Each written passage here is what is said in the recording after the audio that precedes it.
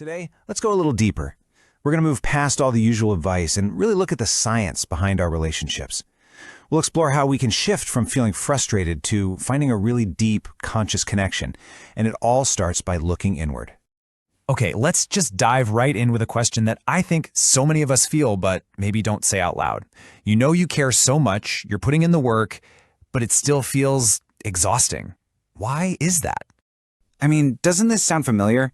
You try to explain something calmly, you try to be patient, but somehow you still end up feeling completely misunderstood. Small conversations flare up into big conflicts. And then there's that silence, which somehow feels heavier than any argument.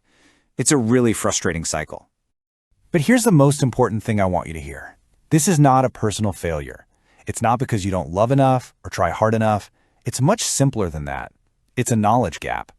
We were never really handed the user manual for our own emotions, let alone for our relationships with others. And this brings us to a really big shift in perspective. The real magic, the real work of relationships, actually happens on a level that's much, much deeper than just the words we say. Just look at this contrast for a moment. All our lives we were taught the what. What are the right words to say? What is right or wrong behavior? But we completely missed the how. How are our emotions actually born inside us? How does our nervous system react in a split second to someone's tone? We never learn that communication is something that is felt in the body, not just heard by the ears.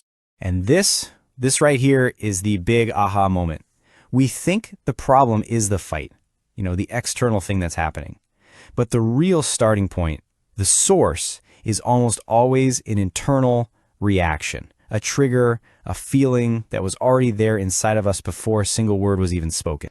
So let's redefine what communication really is. It's not about being a good debater or having the perfect comeback. It's about creating emotional safety. It's in your tone, your presence, your own self-awareness. And probably the most important skill of all, learning to regulate your own internal state before you even open your mouth to speak. So how do we actually do this? It's not just some nice idea. There's a real structured, science-backed approach, and it's built on two really powerful frameworks. Okay, framework number one is the competency model. It's very straightforward. First, you get the knowledge. You understand why you feel triggered. Then you build practical skills like how to actually listen or how to set a boundary.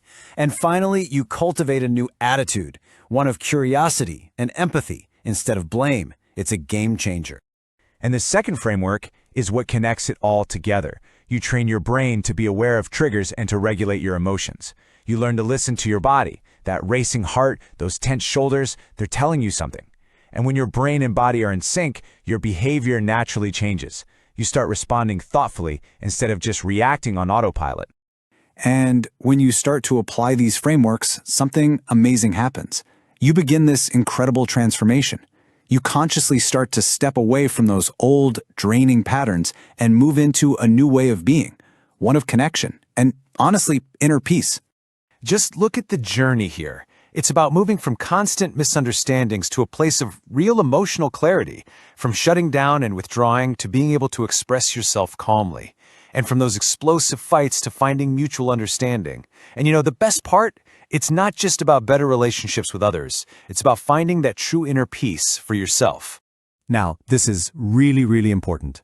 What makes this whole approach so powerful is that it's not some generic advice from another country.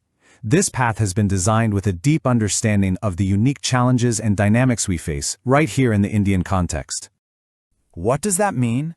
It means learning how to communicate honestly without it being taken as disrespect. How to set a boundary for yourself without feeling that crushing guilt. It's about finally moving beyond that adjust and tolerate mindset that so many of us grew up with and stepping into something much healthier. So who is this journey for? Well, it's for couples and for families who are just tired of the friction and are really looking for that deeper connection, that sense of peace at home. It's also for professionals, for leaders. Because let's be honest, these skills of emotional intelligence are the absolute foundation of a healthy team and a great workplace. And finally, it's for any one of us on a journey of personal growth, for anyone who just wants to feel that sense of inner calm and see that reflected in healthier, happier relationships in every single part of their life.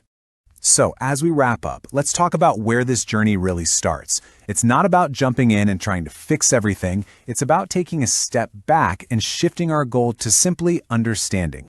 I'd love to leave you with this thought. We so often treat our relationships like they're problems that need to be solved, but they're not. They are experiences to be understood.